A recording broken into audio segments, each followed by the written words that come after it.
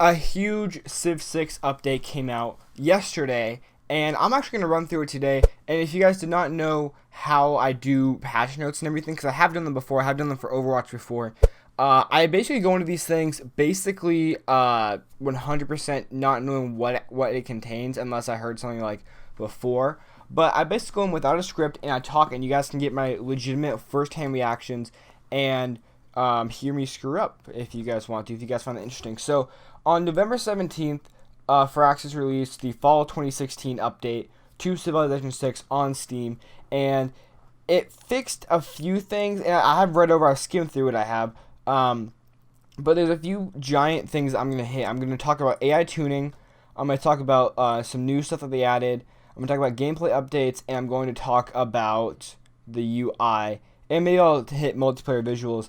But it fixed a whole lot of, it did a lot of bug fixes for one, but those are the biggest things I'm going to talk about, and I'm just going to kind of skim over everything else. So, starting with new, we have some new maps. So, we have a balanced 6-player map and a balanced 4-player map, which is always good, and kind of obvious what it is. Cavalry and Canardes scenario added. I don't know how you pronounce that one, but I assume it's Spanish or something. Just a new scenario, obviously. And then a combat scenario with reduced unit maintenance cost and no strategic resource requirement for units has been added, which is really cool because you can kind of just build a mass army. That's going to be really cool. I might actually jump into that after this video is done recording. And then larger starting army for additional starting techs, which is obvious, is exactly what it sounds like. There's a new time limit, which is 50 turns, and that's super short. That is to see who can found like the most cities in 50 turns or something similar to that. That's a very short game. That's about an hour or less of Civ, probably less, honestly. A goal is to possess the largest territory in that 50 turns. So basically, that's exactly what I said. Those 50 turns is very, very small. Like that, if you guys do not know, Civ turns are intense. Like they don't feel like they're super long, but 50 turns is not that long at all. So moving on from basically closing off the new is DX12 support and complete Logitech ARX support. I don't know what Logitech ARX is, which is weird because I love Logitech. But DX12 support is great, and everyone knows what DX12 is, and it basically just makes the game run better. So I didn't really hear any complaints about how the game like low frame rates or anything, and I don't expect to. But DX12 is always good because it's the newest and greatest, and everybody likes new and great stuff. So gameplay updates is a big pile of nothing basically. Looking into it, we have some additional notifications. As far as all that notification bar goes, I really like it if they would make the notification bar bigger, which we might see down the UI. But let's get into it. So add a time defeat for running out of time, which is always disabled if a score victory is available. So if you have a score victory checked, you cannot win by time. Obvious. Added additional hotkey support, next unit and next city, that kind of stuff. Easy, easy, easy. Added the ability to rename cities. This is great. I am very happy. Let's give a round of applause for that, because I have no idea why that did not start. Like, I don't have no idea why Civ 6 did not launch with renamable cities. That was a huge thing for me. It wasn't supposed to be a huge thing. That is so easy. They fixed it in the first patch. You realize how easy this is to rename cities, and it didn't launch with it for some weird reason. Now the only thing I'm asking for at this point is a production queue, but I actually know that's not in this update. So anyway, we'll cross our fingers for the next one. Added UI to show the next tile a city will grow to, which was in Civ 5, and they moved it over to Civ 6, which is actually really useful because you can actually buy tiles around that. If you know that the next tile you're going to grow to is only about 10 turns away and it's actually getting iron, you can just buy different tiles in a different direction to build districts or whatever you need to. So that's awesome. It's actually super useful. It's a lot more useful than you would think. Add a visual cue for barbarian scouts that are alerted by your city, which is cool. Just probably, I'm assuming just like a little bit of a star thing, which is awesome, and that's actually really cool and helpful because sometimes you'll be able to see a barbarian and you won't be able to know if they have seen your city. So that's always cool. And then changed Dan Quayle rankings, which I have no idea what that is. Crazy people at Firaxis just doing crazy things. Balance changes, really nothing too crazy. Just balance changes, things that needed to be changed. So probably the biggest one is affecting the Manhattan Project, which is they added basically something that you need to do before something else. So Manhattan Project for Operation Ivy. So you have to complete the Manhattan Project before Operation Ivy, which is honestly I don't really care, but it's just kind of interesting that they didn't launch with it, and it makes sense that they did this because Operation Ivy, in all fairness and if you put this game into realistic standards, Operation Ivy should happen way after the Manhattan Project. At least a little bit after the Manhattan Project. I guess if you're doing science, if you're going for science, then it can be a little bit different. But Operation Ivy was definitely something that needed to happen a little bit later in the game, and not like right when you got it, right? Because as long as you have to complete the Manhattan Project first, you will have to kind of pick and choose certain things. So that's actually really cool, and it kind of slows the end game down a little bit, which is awesome because everyone knows the end game is the best part of the game. Sorry about that. I had to change my script, or my little, not script, but the thing I was looking at Steam, and I gotta look at the website. Anyway, moving on with balance changes, added metal casting. You have to get metal casting before you get economics tech, and this is all just kind of messing with how the tree works, how the technology tree works, and I don't understand this one, metal casting. I assume it's because there's a way to get around metal casting if you don't want it, which is kind of interesting. I never knew that, but I assume that's what it was. Adjusted religious pressure when a religion is first founded to give them more resilience and convert the city. So this means that when you found a religion, that city will become more religious faster than it was before. Adjusted relationship decay rates, which is awesome because people hate you really fast before this. I've seen it, they might still hate you really fast. I haven't played the new update yet. Reduce the effectiveness of cavalry production policies. That's a big deal because that policy was, in a way, it was overpowered because you could kind of abuse that policy in a way that you could just make a mass army of cavalry that didn't really affect your economy too bad.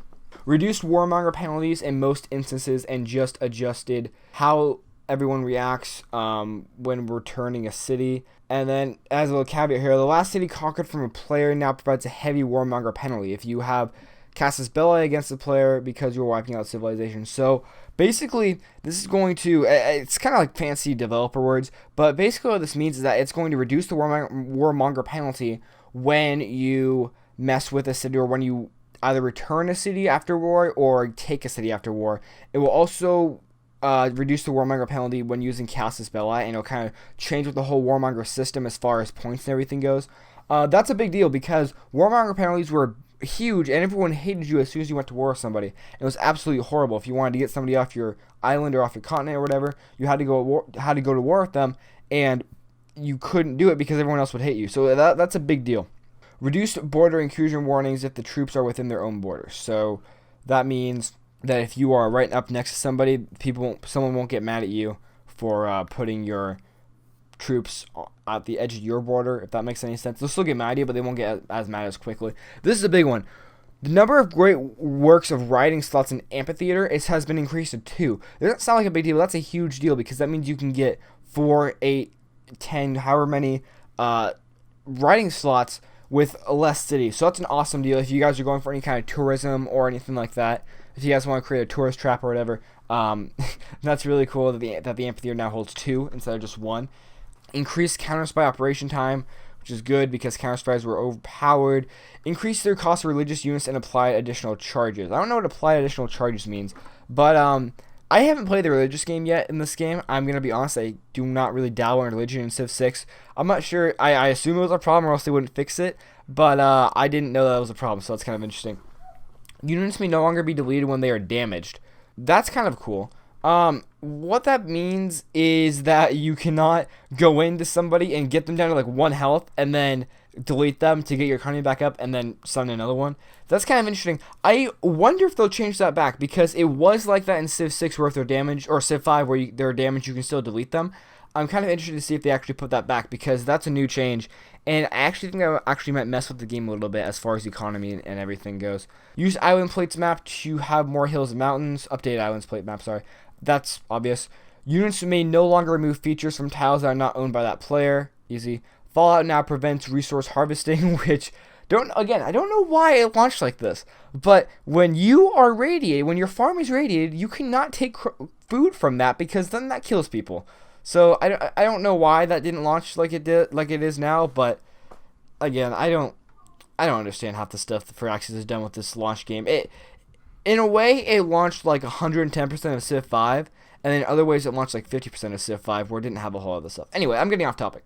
And last thing in this section is barbarian camps must spawn further away from lower difficulty players' cities, which means if you're playing basically on Prince or lower, I assume, they're going to spawn farther away and not 3 tiles outside. Moving on to AI tuning, this was a big deal, and it's a big deal for me too, because the AI in Civ 6 has been, or in Civ in general, has been notoriously bad forever. And if Firaxis can fix it with this game, it will honestly probably be the best Civilization game ever, because that's probably one of their biggest issues that's cascaded over years and years and years of Civilization games. So AI victory conditions focus to increase the competitiveness in science and tourism, which is cool because science victory is way too easy to get. I'm not sure about tourism, but science is way too easy to get. AI understanding of declared friendship means that people will be more friendly when you are declared friends. Just the AI approach to beginning and ending war based on potential gain and loss. That's kind of cool. So people are going to treat you differently if you win or lose a war with that nation. So that's cool. Increased AI competitiveness in building more advanced military. This is a big deal because if you played your cards right, you can be 300 years ahead of your AI counterparts as far as military goes. That is insane. So hopefully they fix this to the amount of where it's competitive enough to where like you want to get this next thing before he does, or else he might be able to take you over. Hopefully that is fixed, and hopefully that's how it works now. I'm crossing my fingers because if part of your AI is having that advanced military, and obviously not cheating to get it, but having that advanced military and having it to the point of where you can be competitive and you can scare someone even though you might not have a great economy or whatever. Where your military can be at force with somebody even though you're an AI. So moving on, this is funny. Increased AI usage of Inquisitors, especially for Philip, which is funny because if I remember right, that's his unique unit. So I don't like those things. They're the worst. I don't like that change. They're so annoying. Increased AI value of upgrading units, easy. Increased AI use of settler escorts, easy. Turned AI usage of units that cannot move and shoot like catapults, easy. Turned AI city and unit build planning, easy. Improved the ability of city-states to maintain strong military. This is cool because military city-states are slowly becoming more and more of a big deal as Civ goes on. And the fact that they have a strong military now will kind of scare people off from just going in and just steamrolling city-states. We're going to skip the bug fixes. Visuals are really quick. Buildings on snow will have snow on them. Duh. That's not duh, but like that's what should happen. Add an industrial barbarian encampment, which is cool. I know they didn't have that. Added a ranger tower to national parks. Cool. It's the little things that make Civ cool, right? Fix some issues with buildings not calling around other world items properly, which is like, your houses glitching into mountains or whatever. Fix an issue with some districts not showing properly.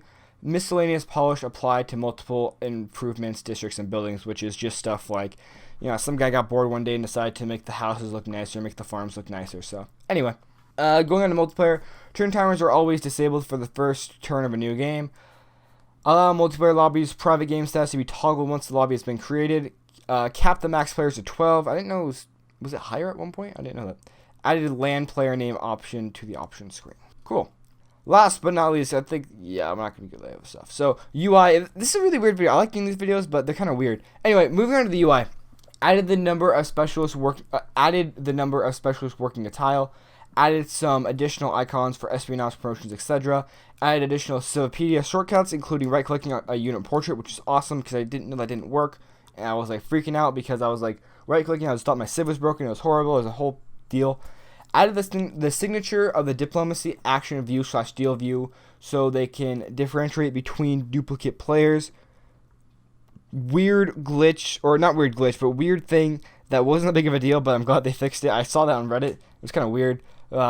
Very hard to actually like replicate or get. It was very hard to have that problem, but it was a problem, so I'm glad they fixed it. Added trade route yields to the reports screen. Added city center to the city breakdown panel. I didn't know they didn't. I thought they had that. That's weird. Added rewards and consequences to mission completed pop-ups.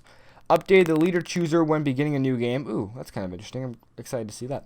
Updated the endgame victory screen. I thought they were actually really cool. Updated the multiplayer staging room. Updated city banners. Updated espionage mission chooser flow. Updated to display what cities are getting amenities from each resource. That is awesome because that was really hard, and amenities are kind of a big deal, at least for me, because I'm really bad at keeping my people happy.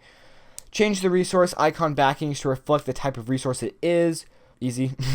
Auto scroll to the first great person that can be claimed. That's like a quality of life thing. I don't know if I like a lot of the auto scroll and auto camera stuff in this game. Kind of annoys me. I'm not sure if I like that one. Improved search functionality in the Civipedia. Remove barbarian data from the player replay graphs. I don't know what that means, but okay, you do that for. Oh, that's at the end of the game. That's what it is. Escape now closes the Tech, Civic, and Eureka pop-ups. Thank you. Because I had a whole thing with that when I first started the game, and I thought my escape button was broken. That was not cool. And lastly, when loading a game, the error blurb of the current era of the save game rather than starting area of the game. So what this means is that they have different blurbs for different eras of the game, and they're actually going to use those now because they always had like the ancient era, and it was so annoying. It was absolutely horrible. But as long as you play one era at a time and then leave the game, you won't have to hear it again. So that's actually really awesome. And other than that, they had some credits and benchmarks and stuff like that they updated. These are really weird videos, I get that, but they're really fun for me, and I hope they're fun for you too. And other than that, I hope you guys enjoyed this video. I hope you guys have a great time playing the new update of Civilization 6. And I hope you guys subscribe to my channel for more Civ 6 content. If you guys like the video, go ahead and like. If you guys dislike, go ahead and dislike. Then go to the comments below and tell me why you rated it like you did. 17 minutes later, I'll see you guys in the next video.